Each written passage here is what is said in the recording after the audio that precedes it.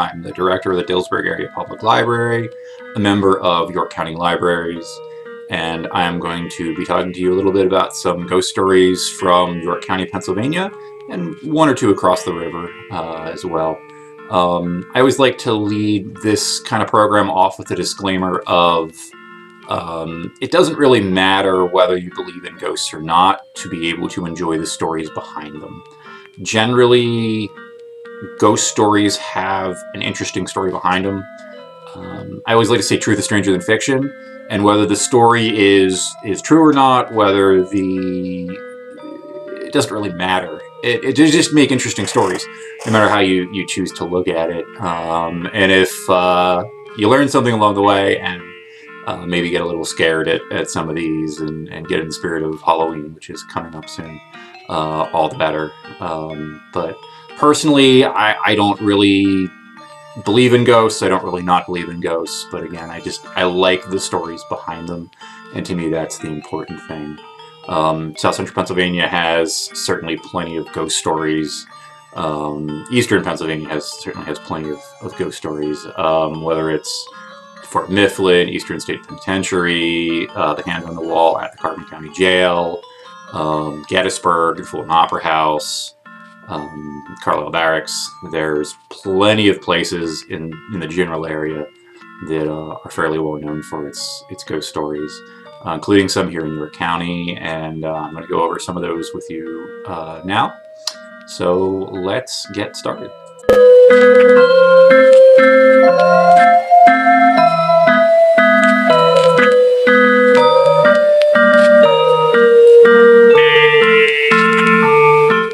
Located along the Susquehanna River just north of Wrightsville is the historic Accomac Inn. The inn dates to 1775 and has been known by several names since that time. The inn is said to be haunted by the ghost of Johnny Coyle. Johnny was the son of the owner of the inn and ferry that preceded the current Accomac Inn. Johnny wasn't particularly bright, and he made the mistake of falling in love with the help, specifically Emily or Emma Myers. She was an orphan from the Chambersburg area who came to the inn to assist Johnny's mother. Emma was smart enough to keep Johnny at bay for a time, yet she could not keep him away forever. Johnny would often propose to her, and Emma would usually play it off as something of a joke. But one day in 1881, Johnny found Emma in the barn, where the parking area is now, and he proposed. She turned him down, so he shot her through the heart, killing her instantly. Johnny then turned the gun on himself and tried to commit suicide, but he failed. He was tried for murder and found guilty in York County. An appeal got him a second trial in a new venue. The second trial took place in Gettysburg in Adams County. He was found guilty there as well, and in 1884 he was hanged for his crimes. Since no cemetery wanted to be associated with him, Johnny was buried back home, not far from where he shot Emma. The grave is still there today, located behind the inn. The original inn burned to the ground in 1935, and a new structure was built in the same spot shortly after. Johnny is said to haunt that building. Employees can't claim to see a man from the 1800s, usually looking out the windows. One employee reported hearing footsteps on stairs in what should have been an otherwise empty building. That same employee reported hearing her name called, also in what should have been an empty building. Another employee saw a man sitting at a table in what should have been an empty dining room. When they returned, that man was gone. People have heard crying or even music. Most employees have reported a feeling that they're being watched or there is a presence around them. It's not negative, it's just sort of there. There are multiple spirits that supposedly haunt the Accomac Inn, not just Johnny. As of 2020, the Accomac Inn is currently closed. It has changed hands a couple of times over the past few years, so its future is somewhat in doubt.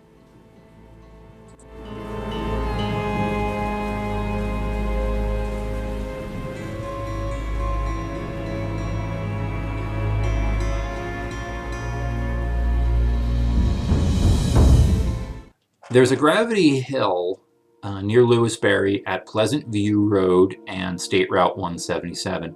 A gravity hill is basically an optical illusion. If you put your car in neutral, it looks like your car is drifting uphill when it's actually going downhill. The legend behind the one in Lewisberry, and all Gravity Hills seem to have a similar legend, is that a school bus full of children was hit by a truck, and those children, the ghosts of those children, will try to push your car out of the way, and that's what causes it to look like it's going. But Gravity Hill is there. It's a busy intersection. I don't suggest that you try this out, but if you do put it in neutral, it will look like your car is going up a slight uphill. Again, I do not recommend you try this, because that road is busy enough.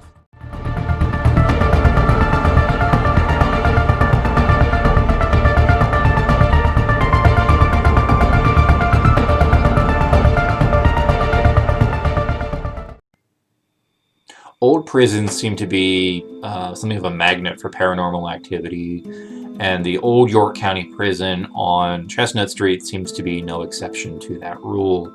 There has been a prison on that site since at least the 1850s, and the current building that's there served as the county prison from when it was built in the early 1900s until the current county prison was built in 1979. There's an area in the prison that was actually used for hangings, and at least one prisoner was executed there. In Pennsylvania, executions took place at county jails until about 1912. So today the prison is a semi-abandoned, decaying shell. It's been empty and unused for over 4 decades. Over the years, there have been different proposals floated to turn it into a number of different redevelopment schemes, if you will. But to this point, none of them have come to pass.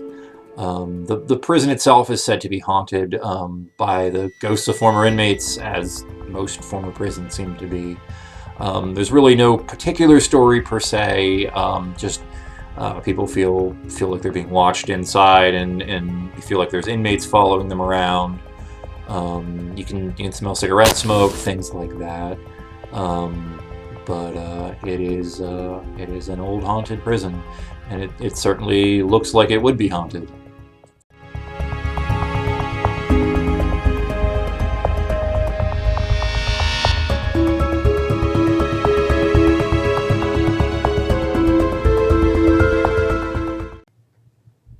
Today, Penn Common is a park on the south side of the city of York. It's been a public space since at least the time of the Revolution. It was an early home of what was then a 2-day agricultural exhibition, what is now known as the York Interstate Fair. During the Civil War, it was the site of a hospital, and there's a large monument in the park today that commemorates the Union soldiers of that war. But the ghost story that it's known for is during the Revolutionary War, General Anthony Wayne had several soldiers executed on the Commons for various crimes. But some of the soldiers that were executed were shot at such close range that, at least in one case, a condemned man's blindfold caught on fire. Those the ghosts of those soldiers that were executed are said to haunt the park today. But just as an aside, if you want a really pretty good ghost story from outside of York County, look into the remains of General Anthony Wayne and his trip across the state of Pennsylvania.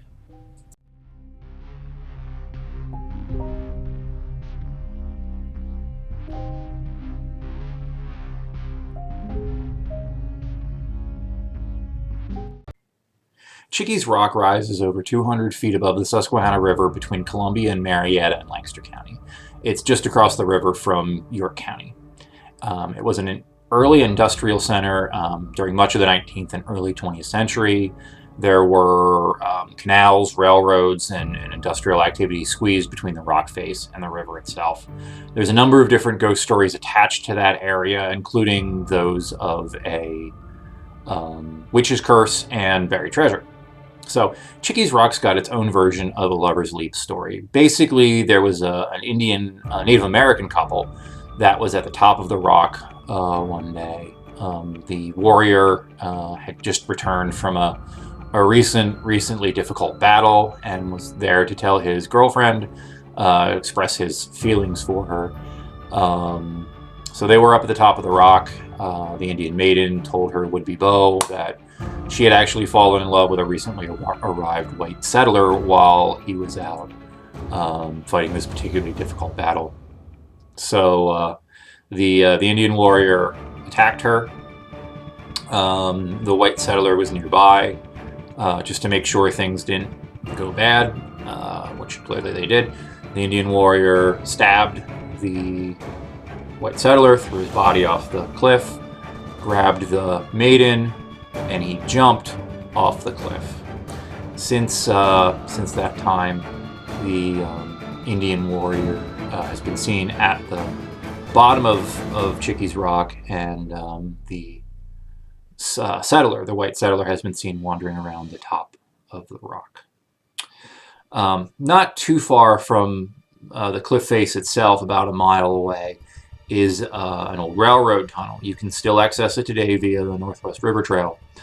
It goes right past it. So the story there is that there was a man working at one of the iron furnaces near the rock, and working in an iron furnace was a difficult and lonely job, and a lot of people drank to escape the hardship of that life. So one night he ran out of his supply, so he tried to go into Columbia to refresh, we'll say.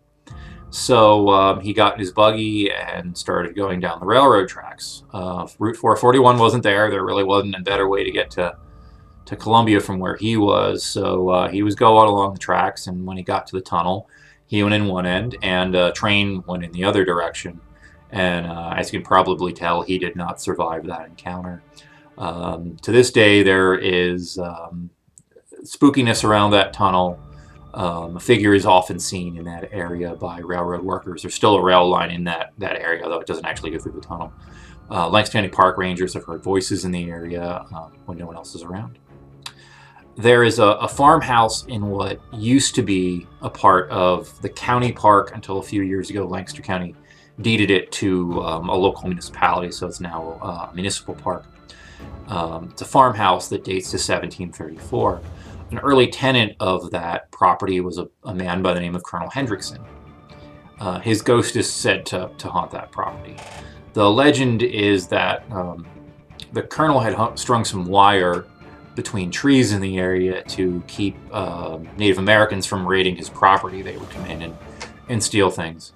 So one evening, he was at his house, and some Native Americans came by and they raided his property. They stole some things. Well, Colonel Hendrickson ran outside, grabbed his gun, jumped on his horse, and started riding after them. Little did he know that, little did he remember that he had strung some wire to try to keep the natives away. Well, as the source that I read this story from says, Colonel Hendrickson became Colonel Hedricklison. So that farmhouse today is said to be haunted by his ghost. Creepy things go on inside. When it was a county park, there were actually park rangers that refused to go inside. So the Susquehanna Indians, probably my favorite story from Chickies Rock, is that the Susquehanna Indians used to tell stories of a smallish, hairy creature known as the Abblewitch or Owl Snitchers. They got that name because they would sit in apple trees and would toss apple cores at anybody that went by them. There have been reports of people seeing them as late as the 1950s, and in one case, a local ghost hunter in 2002 thought he saw one. A man by the name of Rick Fisher saw one crossing Route 23 near Chickies Rock. So that's Chickies Rock.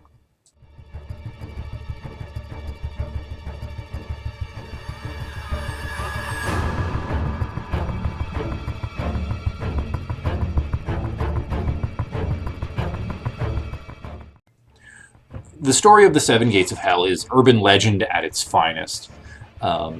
There's a gated drive that goes into the woods on Trout Run Road in Hallam Township. In some version of the story, it's called Toad Road. but the actual road is Trout Run Road. The story is that there's the drive you see is the first of 7, and there's different variations of nobody's gotten past gate 5, nobody's gotten past gate 7 to actually live to tell about it. If you do get past gate 7, you go straight to hell. Things like that. And there's a couple versions of why this is the case, but the most prominent one is that there was an insane asylum on the property, and there was a fire at one point, and a bunch of the residents of the asylum were killed in that fire. There's also one involving a mad doctor that would perform experiments on people on that property. But there was never an insane asylum, never a mad doctor. Hallam Township actually has a web page on its website that's devoted to this and basically debunking it.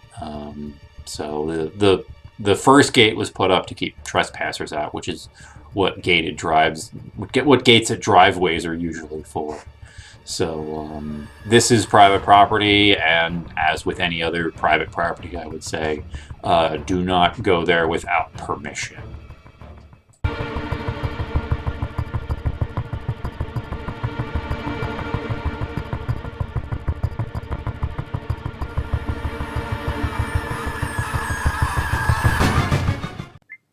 Codorus Furnace is in Hallam Township in the eastern central part of York County. It's not far from the Susquehanna River and in a remote and wooded area that really, frankly, kind of lends itself to being creepy. It was founded in 1765, and like other similar furnaces that dotted the countryside at the time, it took iron ore and converted it into pig iron. It was also a producer of both cannon and shot for both the Revolutionary War and the War of 1812. Today it is owned by the Conservation Society of York County and is on the National Register of Historic Places. The main ghost story that's associated with Codorus Furnace is that of a woman in white. She is often seen walking from what was the Ironmaster's mansion down toward the furnace stack itself.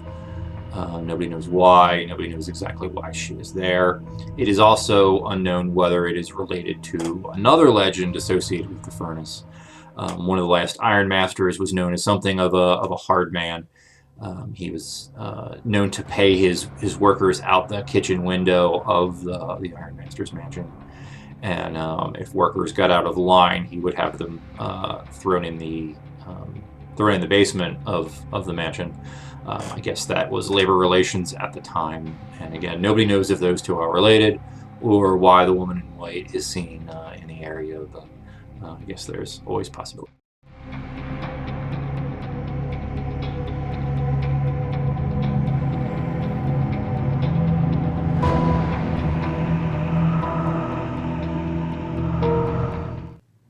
Camp Security was a Revolutionary War prison camp that existed outside of York during the last years of the war.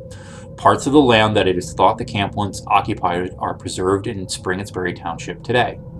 The Friends of Camp Security have conducted a series of excavations on the site to try to locate evidence of the exact locality of the camp, but as of 2020, they've not been able to actually pinpoint where it was. You can follow progress of those excavations at their website, campsecurity.org.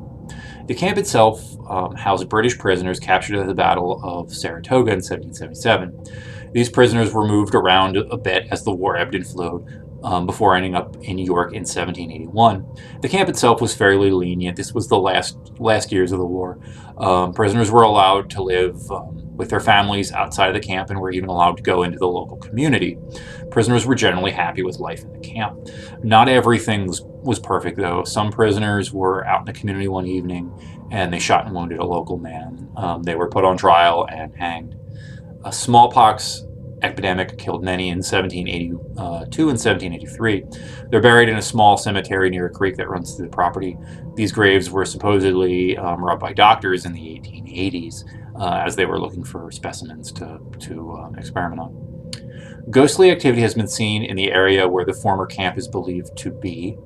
And according to one story, British soldiers come alive on Christmas Eve. They come alive to jeer their former commander who lost the battle that ended in their captivity.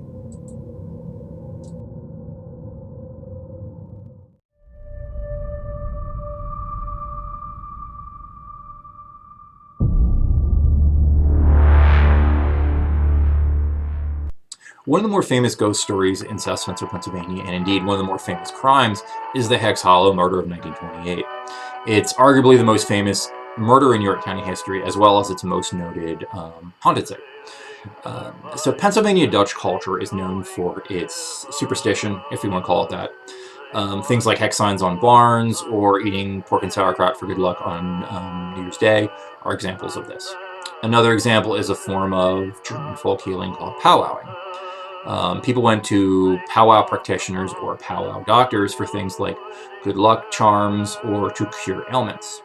Powwow doctors would use things like incantation, spells, and folk remedies to aid their patients, usually in exchange for payment.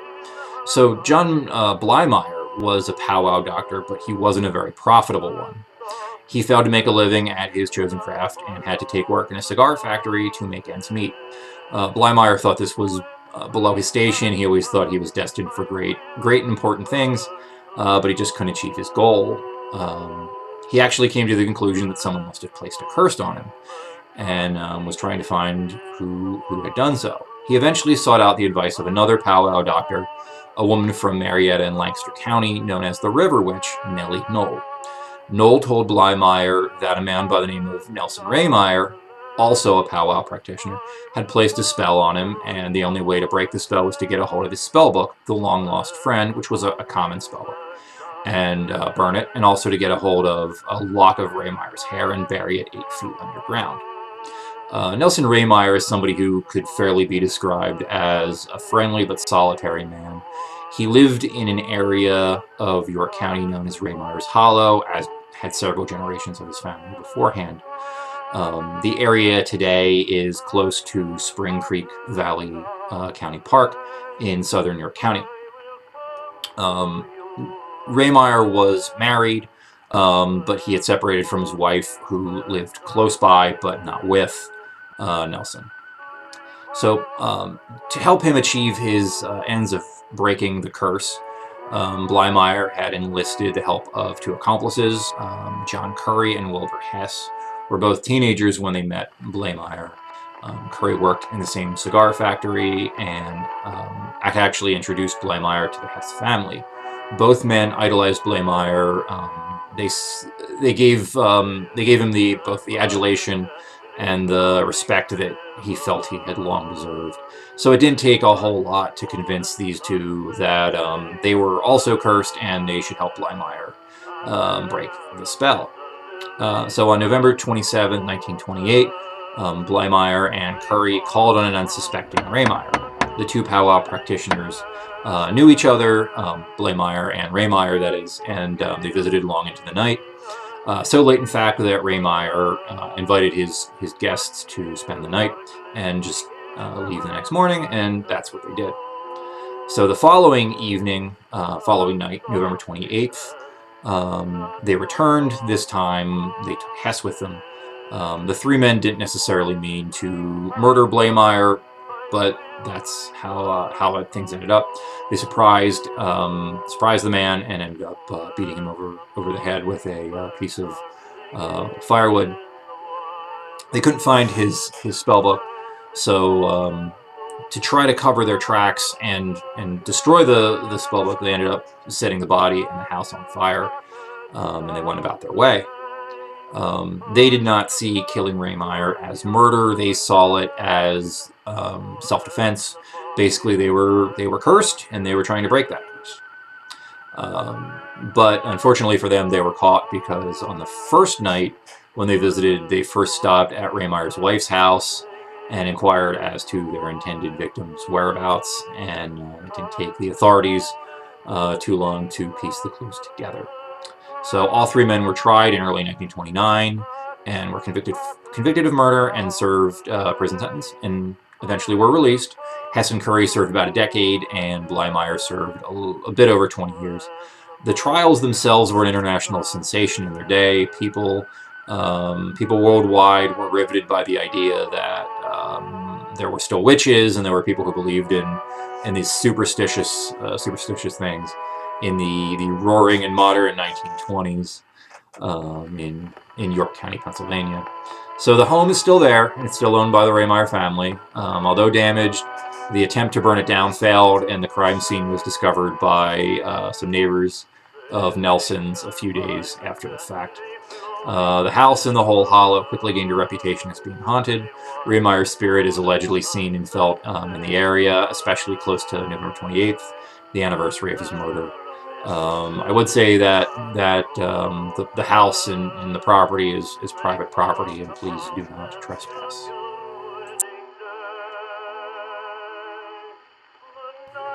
I hope you enjoyed some of these more common ghost stories in York County. The county is an old place. It's got a lot of history. A lot of things happened here, and with that, certainly there are a fair share of legends and tales of superstition and haunting that have taken place over the decades and even centuries. So I hope you enjoyed them, and thank you for spending some time with me. And as one final reminder, some of these locations that I discussed do take place on private property, so please do not do anything that you shouldn't do. The end.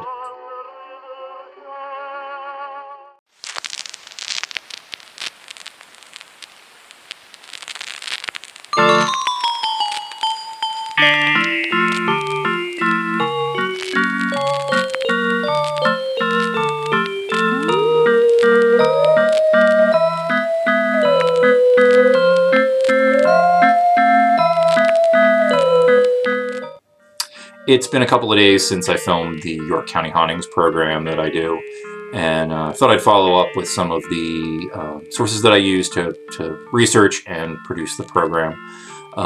So these are available in York County libraries. If it's not available in your particular library, you can place it on hold, and it'll be there in a couple of days if it's sitting on the shelf somewhere.